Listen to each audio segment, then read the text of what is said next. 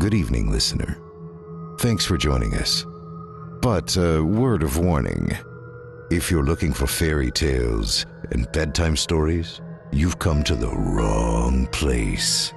But if you enjoy it when your blood runs cold, if the feeling of being followed and watched makes you feel alive, well then, come on in, turn on all your lights, get cozy, and settle in as master storyteller Otis Gyrie weaves tales of terror for your entertainment. But there's still time if you'd like to turn back. Ah, still here. Good. Who needs sleep anyway? You're listening to Horror Story Time. Please welcome your host and the star of this series, master storyteller Otis Gyrie.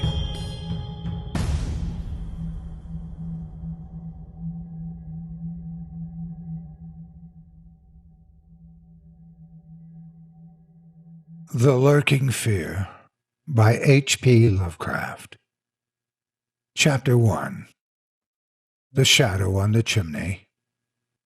There was thunder in the air on the night I went to the deserted mansion atop Tempest Mountain to find the Lurking Fear. I was not alone, for foolhardiness was not then mixed with that love of the grotesque and the terrible which has made my career a series of quests for strange horrors in literature and in life. With me were two faithful and muscular men for whom I had sent when the time came, men long associated with me in my ghastly explorations because of their peculiar fitness. We had started quietly from the village because of the reporters who still lingered about after the eldritch panic of a month before, the nightmare-creeping death. Later I thought they might aid me, but I did not want them then. Would to God I had let them share the search, that I might not have had to bear the secret alone so long. To bear it alone for fear the world would call me mad or go mad itself at the demoned implications of the thing. Now that I'm telling it anyway, lest the brooding make me a maniac, I wish I had never concealed it. For I, and only I, know what manner of fear lurked on that spectral and desolate mountain. In a small motor car, we covered the miles of primeval forest and hill until the wooded ascent checked it. The country bore an aspect more than usually sinister as we viewed it by night, and without the accustomed crowds of investigators, so that we were often tempted to use the acetylene headlight despite the attention it might attract. It was not a wholesome landscape after dark, and I believe I would have noticed its morbidity even had I been ignorant of the terror that stalked there. Of wild creatures, there were none. They were wise when death leers close. The ancient lightning-scarred trees seemed unnaturally large and twisted, and the other vegetation unnaturally thick and feverish, while curious mounds and hummocks in the weedy, fulgurate-pitted earth reminded me of snakes and dead men's skulls swelled to gigantic proportions. Fear had lurked on Tempest Mountain for more than a century. This I learned at once from newspaper accounts of the catastrophe, which first brought the region to the world's notice. The place is a remote, lonely elevation in that part of the Catskills where Dutch civilization once feebly and transiently penetrated, leaving behind as it receded only a few ruined mansions and a degenerate squatter population inhabiting pitiful hamlets on isolated slopes. Normal beings seldom visited the locality till the state police were formed, and even now only infrequent troopers patrol it. The fear, however, is an old tradition throughout the neighboring villages, since it is a prime topic in the simple discourse of the poor mongrels who sometimes leave their valleys to trade hand-woven baskets for such primitive necessities as they cannot shoot, raise, or make. The lurking fear dwelt in the shunned and deserted Martens mansion, which crowned the high but gradual eminence, whose liability to frequent thunderstorms gave it the name of Tempest Mountain. For over 100 years, the antique, grove-circled stone house had been the subject of stories incredibly wild and monstrously hideous. Stories of a silent, colossal, creeping death which stalked abroad in summer. With whimpering insistence, the squatters told tales of a demon which seized lone wayfarers after dark, either carrying them off or leaving them in a frightful state of gnawed dismemberment, while sometimes they whispered of blood trails toward the distant mansion. Some said the thunder called the lurking fear out of its habitation, while others said the thunder was its voice. No one outside the backwoods had believed these varying and conflicting stories, with their incoherent, extravagant descriptions of the half-glimpsed fiend. Yet not a farmer or villager doubted that the Martens mansion was ghoulishly haunted. Local history forbade such a doubt, although no ghostly evidence was ever found by such investigators as had visited the building after some especially vivid tale of the squatters. Grandmothers told strange myths of the Martens spectre, myths concerning the Martens family itself, its queer hereditary dissimilarity of eyes, its long unnatural annals, and the murder which had cursed it. The terror which brought me to the scene was a sudden and pretentious confirmation of the mountaineer's wildest legends. One summer night, after a thunderstorm of unprecedented violence, the countryside was aroused by a squatter stampede which no mere delusion could create. The pitiful throngs of natives shrieked and whined of the unnameable horror which had descended upon them, and they were not doubted. They had not seen it, but had heard such cries from one of their hamlets that they knew a creeping death had come. In the morning, citizens and state troopers followed the shuddering mountaineers to the place where they said the death had come. Death was indeed there. The ground under one of the squatters' villages had caved in after a lightning stroke, destroying several of the malodorous shanties, but upon this property damage was superimposed an organic devastation which paled it to insignificance. Of a possible 75 natives who had inhabited this spot, not one living specimen was visible. The disordered earth was covered with blood and human debris, bespeaking too vividly the ravages of demon teeth and talons, yet no visible trail led away from the carnage. That some hideous animal must be the cause, everyone quickly agreed, nor did any tongue now revive the charge that such cryptic deaths formed merely the sordid murders common in decadent communities. That charge was revived only when about 25 of the estimated population were found missing from the dead, and even then it was hard to explain the murder of 50 by half that number. But the fact remained that on a summer night a bolt had come out of the heavens and left a dead village whose corpses were horribly mangled, chewed, and clawed. The excited countryside immediately connected the horror with the haunted Martens mansion, though the localities were over 3 miles apart. The troopers were more skeptical, including the mansion only casually in their investigations, and dropping it altogether when they found it thoroughly deserted. Country and village people, however, canvassed the place with infinite care, overturning everything in the house, saving ponds and brooks, beating down bushes, and ransacking the nearby forests. All was in vain. The death that had come had left no trace, save destruction itself. By the second day of the search, the affair was fully treated by the newspapers, whose reporters overran Tempest Mountain. They described it in much detail, and with many interviews to elucidate the horror's history as told by local grandams. I followed the accounts languidly at first, for I am a connoisseur in horrors. But after a week I detected an atmosphere which stirred me oddly, so that on August 5th, 1921, I registered among the reporters who crowded the hotel at Lefferts Corners, nearest village to the Tempest Mountain, and acknowledged headquarters of the searchers. 3 weeks more, and the dispersal of the reporters left me free to begin a terrible explanation based on the minute inquiries and surveying with which I had meanwhile busied myself. So, on this summer night, while distant thunder rumbled, I left a silent motor car and tramped with 2 armed companions up the last mound-covered reaches of Tempest Mountain, casting the beams of an electric torch on the gray spectral walls that began to appear through giant oaks ahead.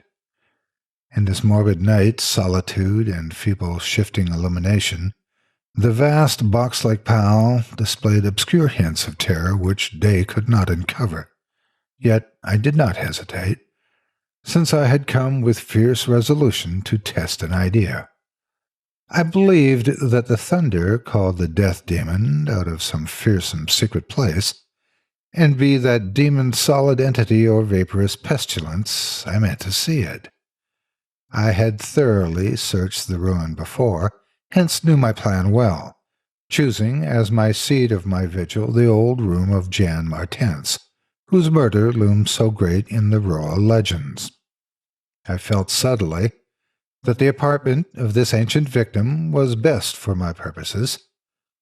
The chamber, measuring about 20 feet square, contained, like the other rooms, some rubbish which had been once furniture.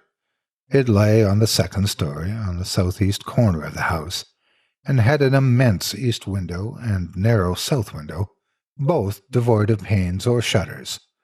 Opposite the large window was an enormous Dutch fireplace with scriptural tiles representing the prodigal son, and opposite the narrow window was a spacious bed built into the wall. As the tree-muffled thunder grew louder, I arranged my plan's details. First, I fastened, side by side, to the ledge of the large window, 3 rope ladders which I had brought with me. I knew they reached the suitable spot on the grass outside because I had tested them.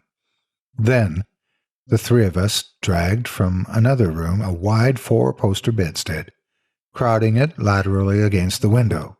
Having strewn it from fir boughs, all now rested on it with drawn automatics, 2 relaxing while the 3rd watched. From whatever direction the demon might come, our potential escape was provided. If it came from within the house, we had the window ladders. If from outside, the door and the stairs. We did not think, judging from precedent, that it would pursue us far even at worst. I watched from midnight to 1 o'clock, when, in spite of the sinister house, the unprotected window, and the approaching thunder and lightning, I felt singularly drowsy. I was between my 2 companions, George Bennet being toward the window, and William Toby toward the fireplace.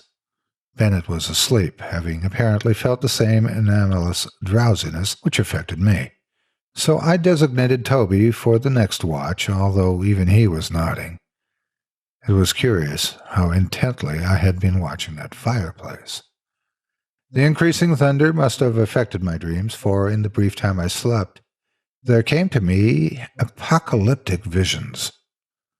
Once I had partly awakened, probably because the sleeper toward the window had restlessly flung an arm across my chest, I was not sufficiently awake to see whether Toby was attending to his duties as sentinel, but felt a distinct anxiety on that score. Never before had the presence of evil so poignantly oppressed me. Later, I must have dropped asleep again, for it was out of a phantasmal chaos that my mind leaped when the night grew hideous with shrieks beyond anything in my former experience or imagination. In that shrieking, the inmost soul of human fear and agony clawed hopelessly and insanely at the ebony gates of oblivion. I awoke to red madness and the mockery of diabolism, as farther and farther down inconceivable vistas that phobic and crystalline anguish retreated and reverberated.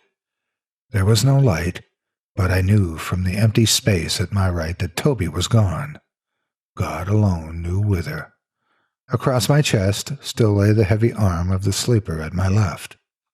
Then came the devastating stroke of lightning which shook the whole mountain, lit the darkest crypts of the hoary grove, and splintered the patriarch of the twisted trees. In the demon flash of a monstrous fireball, the sleeper started up suddenly, while the glare from beyond the window threw his shadow vividly upon the chimney above the fireplace, from which my eyes had ever strayed. That I am still alive and sane is a marvel I cannot fathom. I cannot fathom it, for the shadow on that chimney was not that of George Bennett, or of any other human creature, but a blasphemous abnormality from hell's nethermost craters, a nameless, shapeless abomination which no mind could fully grasp, and no pen even partly describe. In another second I was alone in the accursed mansion, shivering and gibbering. George Bennett and William Toby had left no trace, not even of a struggle. They were never heard of again. Chapter 2. A Passer in the Storm. 4 days after that hideous experience in the forest swath mansion, I lay nervously exhausted in my hotel room at Lefferts Corners. I did not remember exactly how I managed to reach the motor car, started, and slept unobserved back to the village, for I retained no distinct impression save of wild-armed Titan trees, demonic mutterings of thunder, and Charonian shadows athwart the low mounds that dotted and streaked the region. As I shivered and brooded on the casting of that brain-blasting shadow, I knew that I had at last pried out of the earth's supreme horrors one of those nameless blights of outer voids whose faint demon scratchings we sometimes hear on the farthest rim of space, yet from which our own finite visions has given us a merciful immunity. The shadow I had seen, I hardly dared to analyze or identify. Something had lain between me and the window that night, but I shuddered whenever I could not cast off the instinct to classify it. If it had only snarled, or bayed, or laughed titteringly, even that would have relieved the abysmal hideousness. But it was so silent. It had rested a heavy arm or foreleg on my chest. Obviously it was organic, or had once been organic. Jan Martens, whose room I had invaded, was buried in the graveyard near the mansion. I must find Bennett and Toby, if they lived. Why had it picked them and left me for the last? Drowsiness is so stifling, and dreams are so horrible. I had already decided not to abandon the quest for the lurking fear, for in my rash ignorance it seemed to me that uncertainty was worse than enlightenment, however terrible the latter might prove to be. Accordingly, I resolved in my mind the best course to pursue, whom to select for my confidences, and how to track down the thing which had obliterated 2 men and cast a nightmare shadow. My chief acquaintances at Lefferts Corners had been the affable reporters, of whom several still remained to collect final echoes of the tragedy. It was from these that I determined to choose a colleague, and the more I reflected, the more my preference inclined toward one Arthur Monroe, a dark, lean man of about 35, whose education, taste, intelligence, and temperament all seemed to mark him as one not bound to conventional ideas and experiences. On an afternoon in early September, Arthur Moore listened to my story. I saw from the beginning that he was both interested and sympathetic, and when I had finished he analyzed and discussed the thing with the great shrewdness and judgment. His advice, moreover, was eminently practical, for he recommended a postponement of operations at the Martens mansion until we might become fortified with more detailed historical and geographical data. On his initiative, we combed the countryside for information regarding the terrible Martens family and discovered a man who possessed a marvelously illuminating ancestral diary. We also talked at length with such of the mountain mongrels as had not fled from the terror and confusion to remoter slopes, and arranged to proceed our culminating task, the exhaustive and definitive examination of the mansion in the light of its detailed history, with an equally exhaustive and definitive examination of spots associated with the various tragedies of squatter legend. The results of this examination were not at first very enlightening, although our tabulation of them seemed to reveal a fairly significant trend. Namely, that the number of reported horrors was by far the greatest in areas either comparatively near the avoided house or connected with it by stretches of the morbidly overnourished forest. There were, it is true, exceptions. Indeed, the horror which had caught the world's ear had happened in a treeless space, remote alike from the mansion and from any connecting woods. As to the nature and appearance of the lurking fear, nothing could be gained from the sacred and witless shanty dwellers. In the same breath, they called it a snake and a giant, a thunder devil and a bat, a vulture and a walking tree. We did, however, deem ourselves justified in assuming that it was a living organism highly susceptible to electrical storms, and although certain of the stories suggested wings, we believed that its aversion for open spaces made land locomotion a more probable theory. The only thing really incompatible with the latter view was the rapidity with which the creature must have traveled in order to perform all the deeds attributed to it. When we came to know the squatters better, we found them curiously likable in many ways. Simple animals they were, gently descending the evolutionary scale because of their unfortunate ancestry and stultifying isolation. They feared outsiders, but slowly grew accustomed to us, finally helping vastly when we beat down all the thickets and tore out all of the partitions of the mansion in our search for the lurking fear. When we asked them to help us find Bennett and Toby, they were truly distressed, for they wanted to help us, yet knew that these victims had gone as wholly out of the world as their own missing people. That great numbers of them had actually been killed and removed, just as the wild animals had long been exterminated. We were, of course, thoroughly convinced, and we waited apprehensively for further tragedies to occur. By the middle of October, we were puzzled by our lack of progress. Owing to the clear nights, no demonic aggressions had taken place, and the completeness of our vain searches of house and country almost drove us to regard the lurking fear as a non-material agency. We feared that the cold weather would come on and halt our explorations, for all agreed that the demon was generally quiet in winter.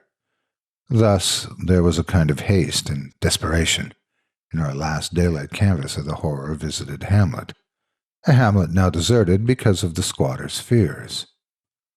The ill-fated squatter hamlet had borne no name, but had long stood in a sheltered, though treeless cleft between two elevations called, respectively, Cone Mountain and Maple Hill.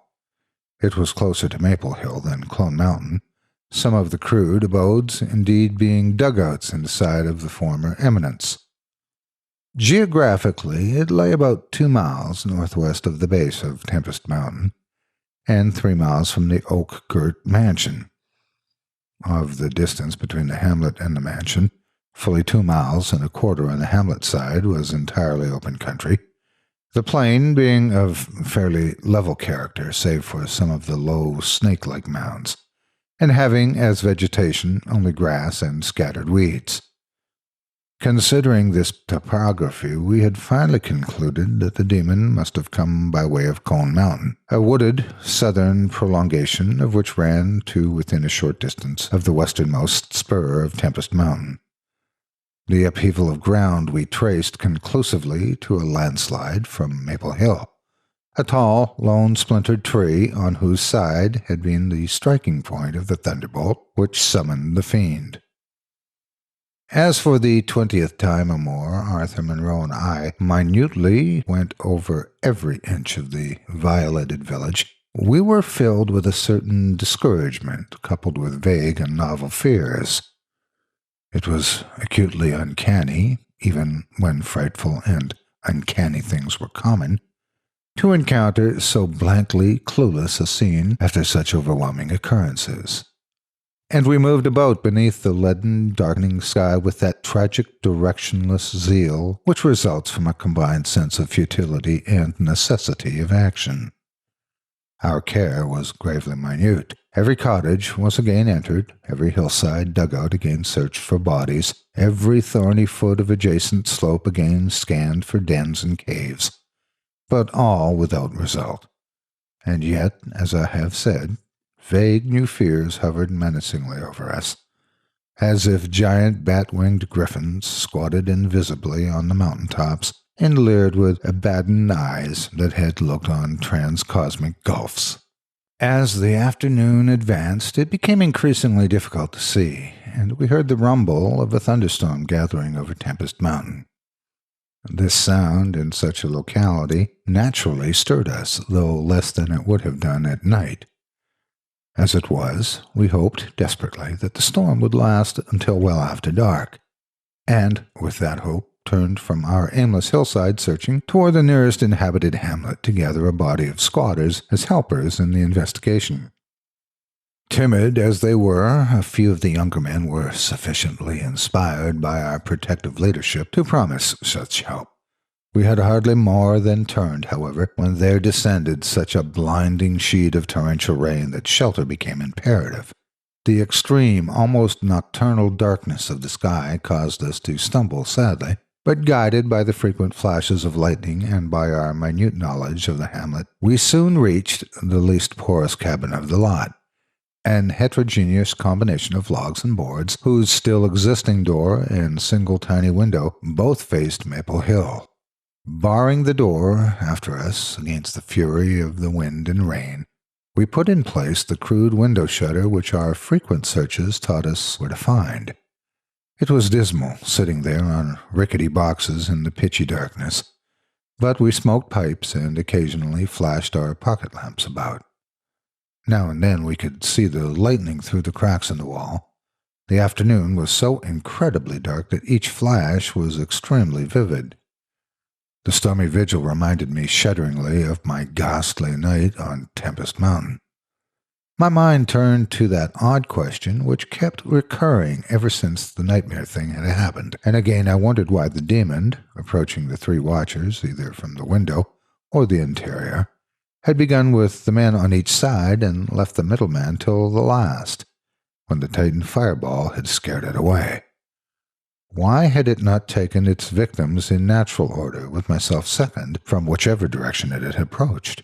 With what matter of far-reaching tentacles did it prey? Or did it know that I was the leader and save me for a fate worse than that of my companions? In the midst of these reflections, as if dramatically arranged to intensify them, there fell nearby a terrific bolt of lightning, followed by the sound of sliding earth. At the same time, the wolfish wind rose to demonic crescendos of ululation. We were sure that the lone tree on Maple Hill had been struck again, and Monroe rose from his box and went to the tiny window to ascertain the damage. When he took down the shutter, the wind and rain howled deafeningly in, so that I could not hear what he said, but I waited while he leaned out and tried to fathom nature's pandemonium. Gradually, a calming of the wind and dispersal of the unusual darkness told of the storm's passing. I had hoped it would last into the night-dale by quest, but a furtive sunbeam from a knothole behind me removed the likelihood of such a thing. Suggesting to Monroe that we had better get some light even if more showers came, I unbarred and opened the crude door. The ground outside was a singular mass of mud and pools, with fresh heaps of earth from the slight landslide. But I saw nothing to justify the interest which kept my companion silently leaning out of the window.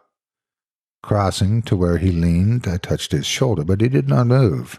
Then, as I playfully shook him and turned him around, I felt the strangling tendrils of a cancerous horror whose roots reached into illimitable pasts and fathomless abysms of the night that broods beyond time. For Arthur Monroe was dead, and on what remained of his chewed and gouged head there was no longer a face. Chapter 3. What the Red Glare Meant. On the tempest-racked night of November 8th, 1921, with a lantern which cast charnel shadows, I stood digging alone and idiotically in the grave of Jan Martens.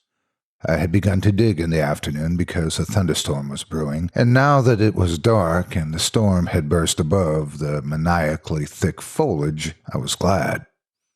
I believed that my mind was partly unhinged by events since August 5th.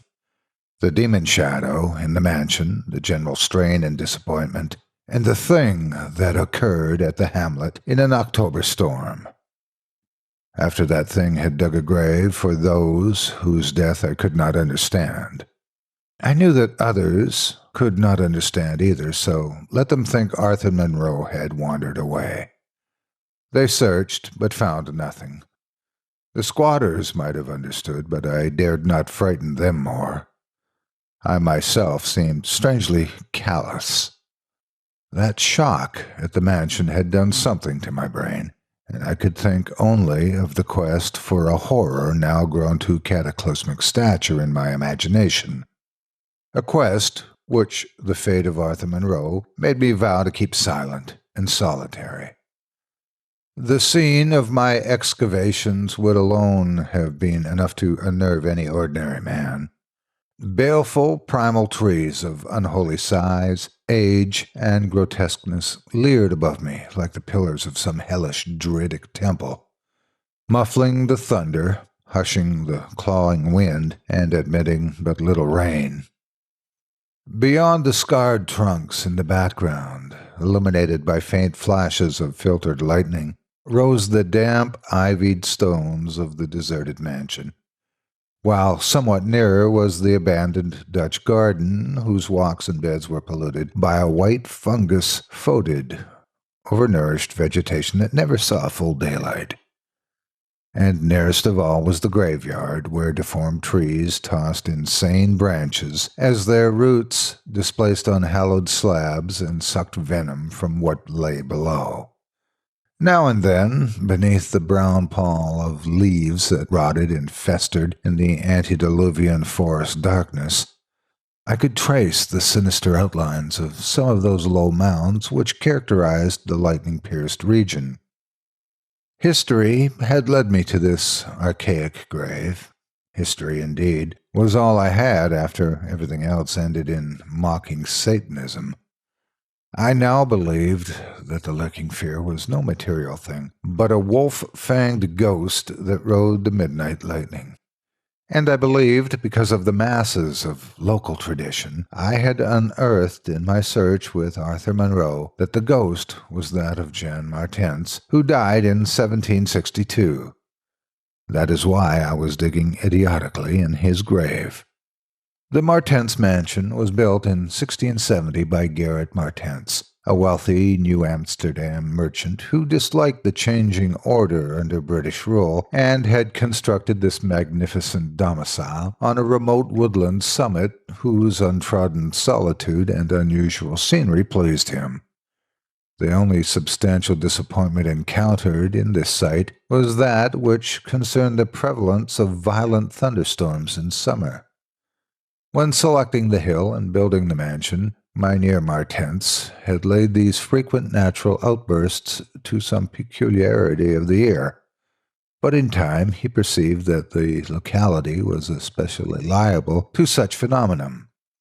At length, having found these storms injurious to his health, he fitted up a cellar into which he could retreat from their wildest pandemonium. Of Garrett Martense's descendants less is known than of himself, since they were all reared in hatred of the English civilization and trained to shun such of the colonists as accepted it. Their life was exceedingly secluded, and people declared that their isolation had made them heavy of speech and comprehension. In appearance, all were marked by a peculiar inherited dissimilarity of eyes, one generally being blue, the other brown. Their social contacts grew fewer and fewer, till at last they took to intermarrying with the numerous menial class about the estate. Many of the crowded family degenerated, moved across the valley, and merged with the mongrel population, which was later to produce the pitiful squatters. The rest had stuck sullenly to their ancestral mansion, becoming more and more clannish and taciturn, yet developing a nervous responsiveness to the frequent thunderstorms. Most of this information reached the outside world through young Jan Martense, who, from some kind of restlessness, joined the colonial army when news of the Albany Convention reached Tempest Mountain.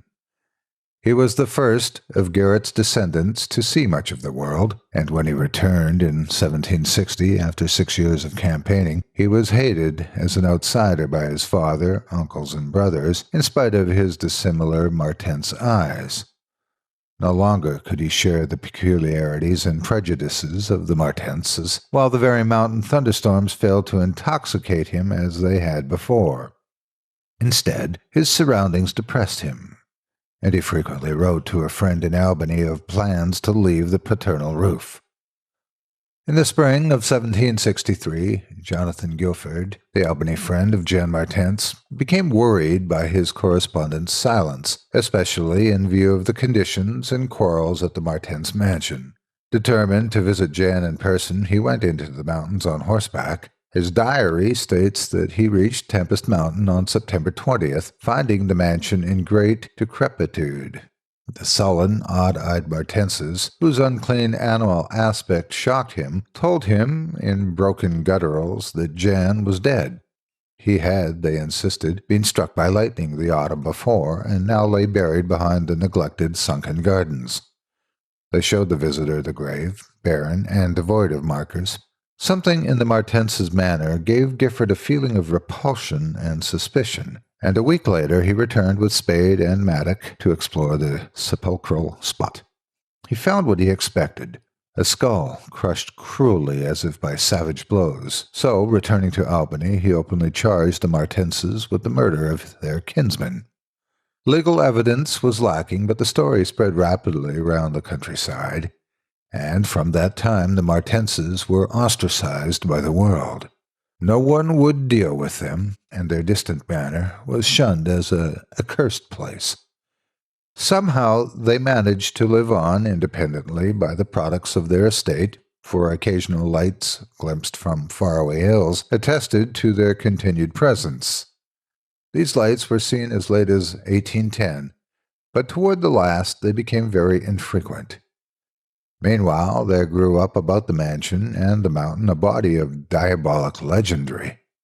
The place was avoided with doubled assiduousness, and invested with every whispered myth tradition could supply. It remained unvisited till 1816, when the continued absence of lights was noticed by the squatters. At that time, a party made investigations, finding the house deserted and partly in ruins. There were no skeletons about, so that departure, rather than death, was inferred. The clan seemed to have left several years before, and impoverished penthouses showed how numerous it had grown prior to its migration. Its cultural level had fallen very low, as proved by decaying furniture and scattered silverware, which must have been abandoned when its owners left. But though the dreaded Martenses were gone, the fear of the haunted house continued, and grew very acute when new and strange stories arose among the mountain decedents. There it stood, deserted, feared, and linked with the vengeful ghost of Jan Martens. There it still stood on the night I dug in Jan Martens's grave. I have described my protracted digging as idiotic, and such it indeed was in object and method. The coffin of Jan Martens had soon been unearthed. It now only held dust and niter. But in my fury to exhume his ghost, I delved irrationally and clumsily down beneath where he had lain. God knows what I expected to find. I only felt that I was digging in the grave of a man whose ghost stalked by night. It is impossible to say what monstrous depth I had attained when my spade, and soon my feet, broke through the ground beneath. The event, under the circumstances, was tremendous, for in the existence of a subterranean space here, my mad theories had terrible confirmation. My slight fall had extinguished the lantern, but I produced an electric pocket lamp and viewed the small horizontal tunnel which had led away indefinitely in both directions. It was amply large enough for a man to wiggle through, and though no sane person would have tried it at the time, I forgot danger, reason, and cleanliness in my single-minded fever to unearth the lurking fear. Choosing the direction toward the house, I scrambled recklessly into the narrow burrow, squirming ahead blindly and rapidly, and flashing but seldom the lamp I kept before me. What language can describe the spectacle of a man lost in infinitely abysmal earth, pawing, twisting, wheezing, scrambling madly through sunken convolutions of immemorial blackness without an idea of time, safety, direction, or definite object? There is something hideous in it, but that is what I did. I did it for so long that life faded to a far memory, and I became one with the moles and grubs of nighted depths. Indeed, it was only by accident that after interminable writhings, I jarred my forgotten electric lamp alight so that it shone eerily along the burrow of caked loam that stretched and curved ahead. I had been scrambling in this way for some time, so that my battery had burned very low, when the passage suddenly inclined sharply upward, altering my mode of progress. And as I raised my glance, it was without preparation that I saw, glistening in the distance, 2 demonic reflections of my expiring lamp. 2 reflections glowing with a baneful and unmistakable effulgence, and provoking maddeningly nebulous memories. I stopped automatically, though lacking the brain to retreat. The eyes approached, yet of the thing that bore them I could distinguish only a claw. But what a claw! Then, far overhead, I heard a faint crashing, which I recognized. It was the wild thunder of the mountain, raised to hysteric fury. I must have been crawling upward for some time, so that the surface was quite near. And as the muffled thunder clattered, those eyes still stared with vacuous viciousness. Thank God I did not know then what it was, else I should have died.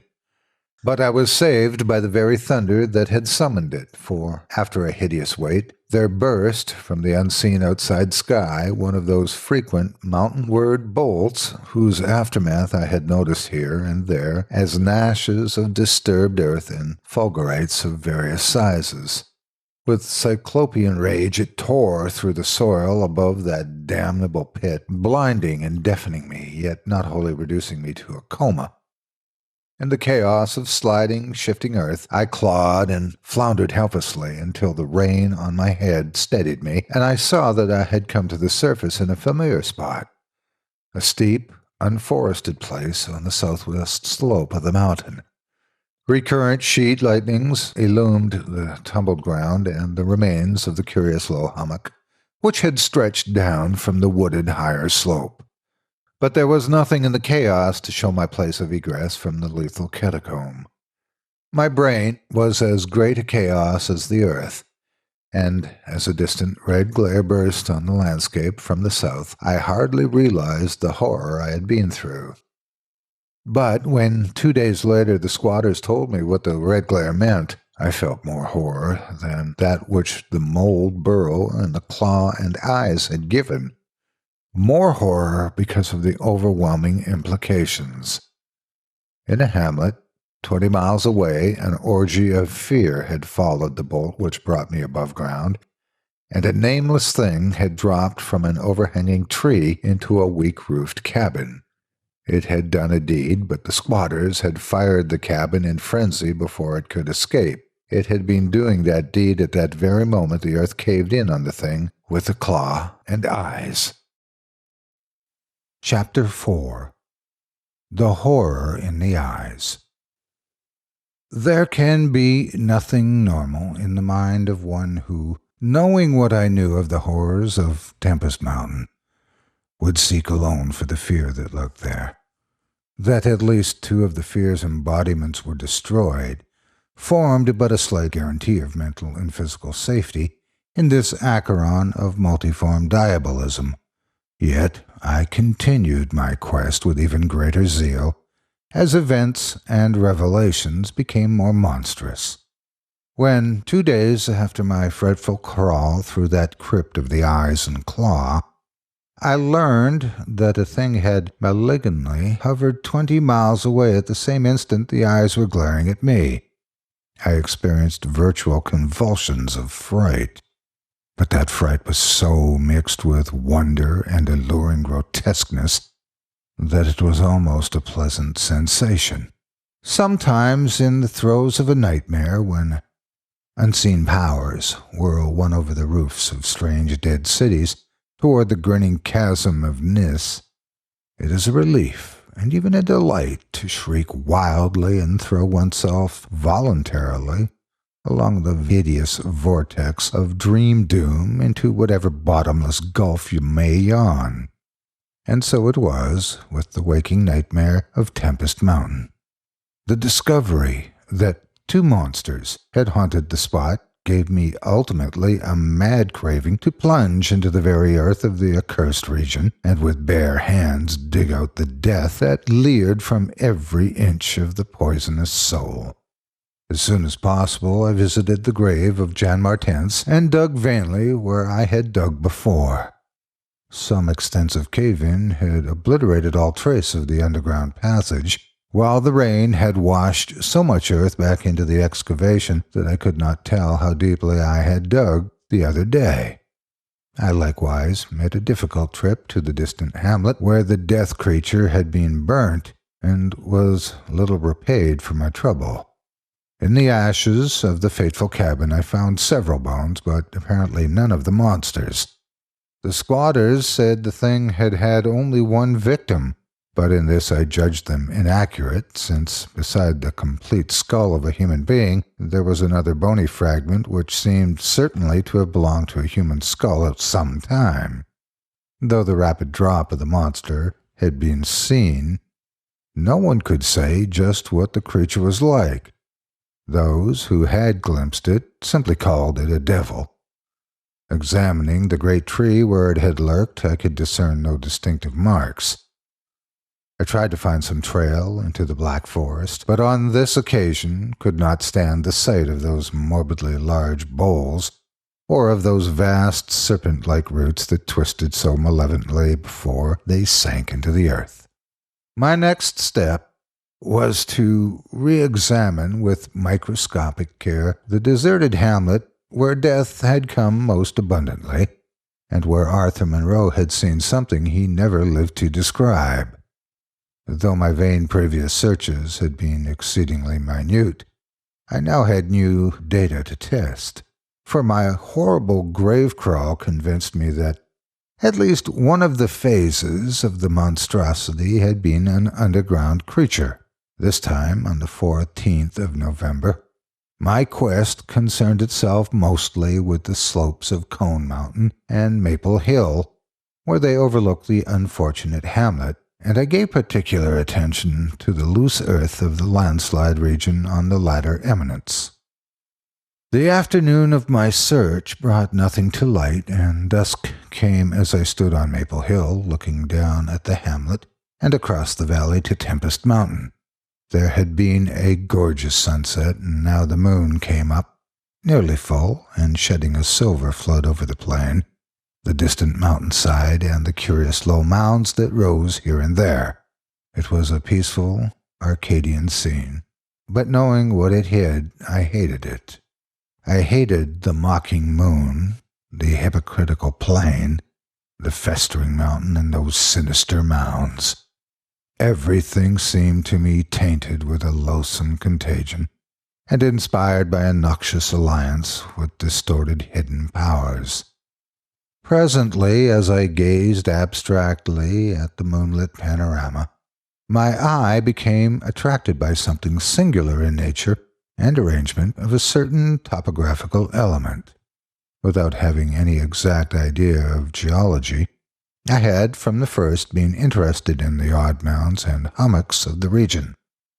I had noticed that they were pretty widely distributed around Tempest Mountain, though less numerous on the plain than near the hilltop itself, where prehistoric glaciation had doubtless found feebler opposition to its striking and fantastic caprices. Now, in the light of that low moon, which cast long, weird shadows, it struck me forcibly that the various points and lines of the mound system had a peculiar relation to the summit of Tempest Mountain. That summit was undeniably a center from which the lines or rows of points radiated indefinitely and irregularly, as if the unwholesome Martense mansion had thrown visible tentacles of terror. The idea of such tentacles gave me an unexplained thrill, and I stopped to analyze my reason for believing these mounds glacial phenomena.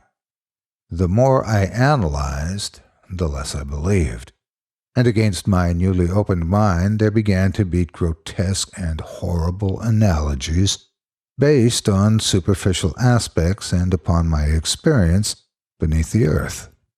Before I knew it, I was uttering frenzied and disjointed words to myself. My God! Molehills! That damn place must be honeycombed. How many? That night at the mansion, they took Bennett and Toby first, on each side of us. Then I was digging frantically into the mound which had stretched nearest me, digging desperately, shiveringly, but almost jubilantly, digging, and at last shrieking aloud with some unplaced emotion as I came upon a tunnel or burrow just like the one through which I had crawled on that other demonic night. After that I recall running, spade in hand, a hideous run across moonlit, mound-marked meadows and through diseased, precipitous abysses of haunted hillside forest, leaping, screaming, panting, bounding toward the terrible Martense mansion. I recall digging unreasoningly in all parts of the briar-choked cellar, digging to find the core and center of that malignant universe of mounds. And then I recall how I laughed when I stumbled on the passageway, the hole at the base of the old chimney where the thick weeds grew and cast queer shadows in the light of the lone candle I had happened to have with me. What still remained down in that hell-hive, lurking and waiting for the thunder to rouse it, I did not know. 2 had been killed, perhaps that had finished it, but still there remained that burning determination to reach the innermost secret of the fear, which I had once more come to deem definite, material, and organic. My indecisive speculation whether to explore the passage alone, and immediately with my pocket light, or to try to assemble a band of squatters for the crest, was interrupted after a time by a sudden rush of wind from outside, which blew out the candle and left me in stark blackness. The moon no longer shone through the chinks and apertures above me, and with a sense of fateful alarm I heard the sinister and significant rumble of approaching thunder.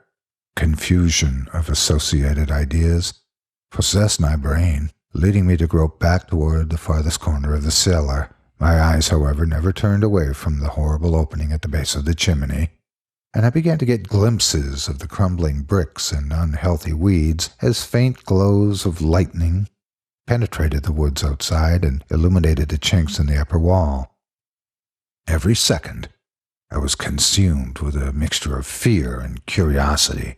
What would this storm call forth? Or was there anything left for it to call?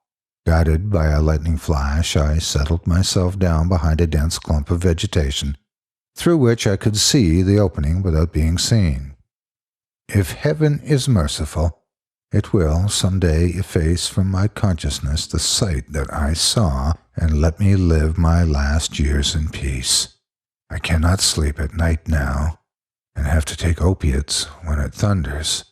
The thing came abruptly and unannounced, a demon, rat-like scurrying from pits remote and unimaginable, a hellish panting and stifled grunting.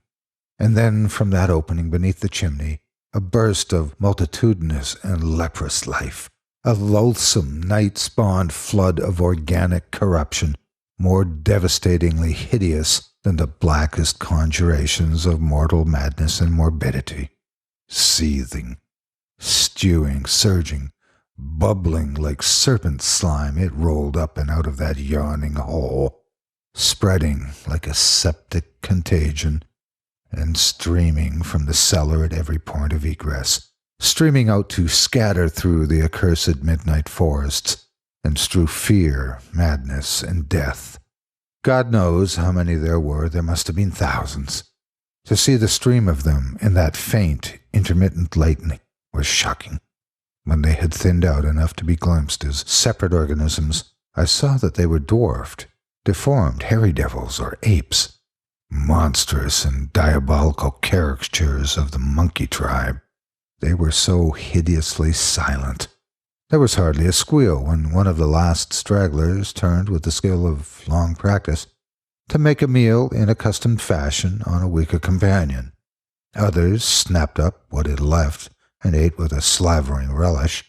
Then, in spite of my days of fright and disgust, my morbid curiosity triumphed, and as the last of the monstrosities oozed up alone from that nether world of unknown nightmare, I drew my automatic pistol and shot it under cover of thunder.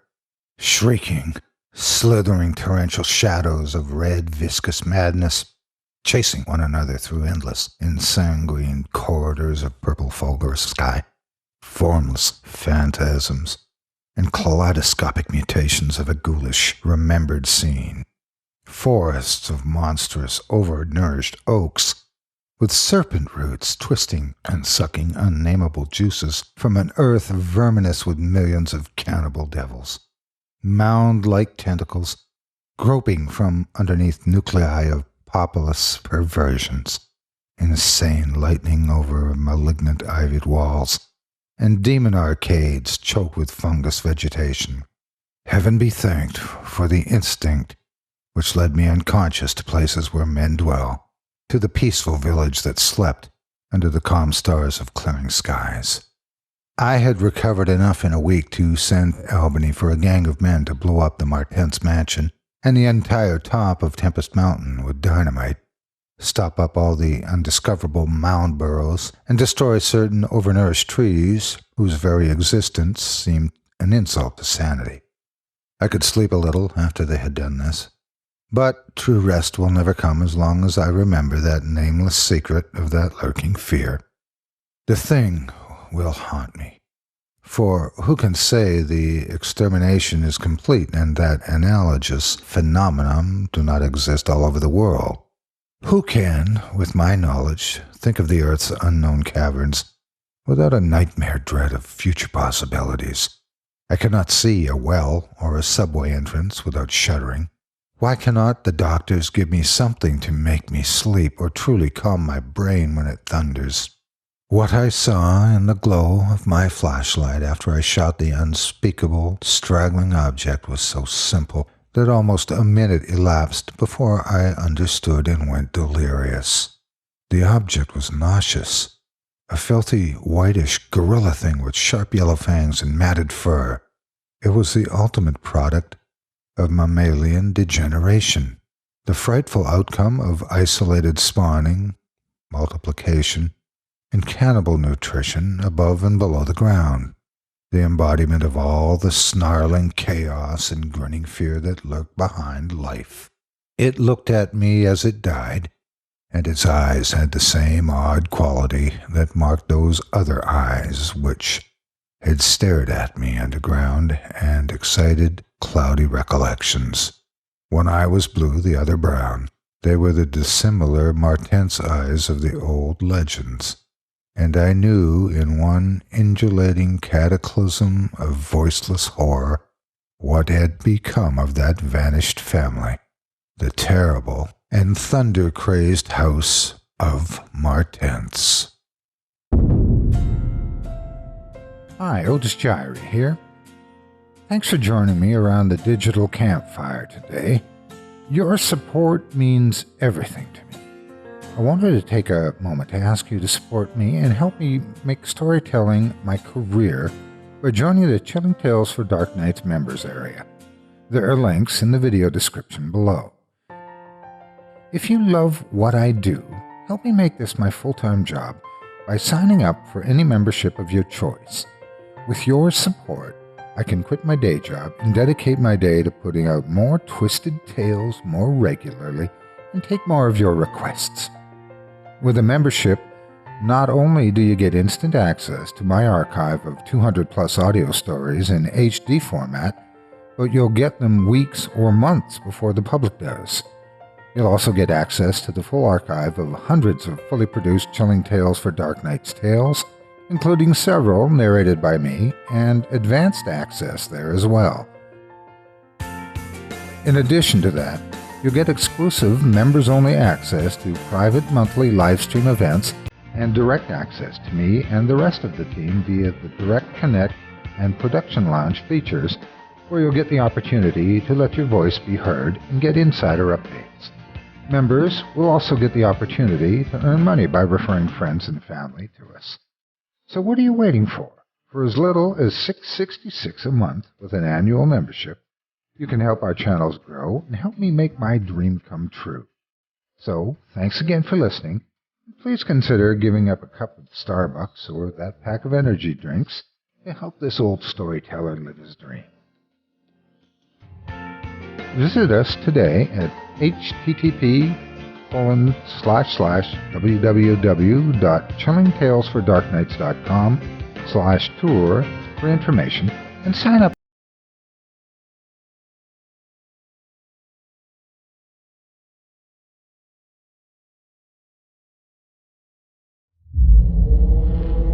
Chilling Tales for Dark Nights.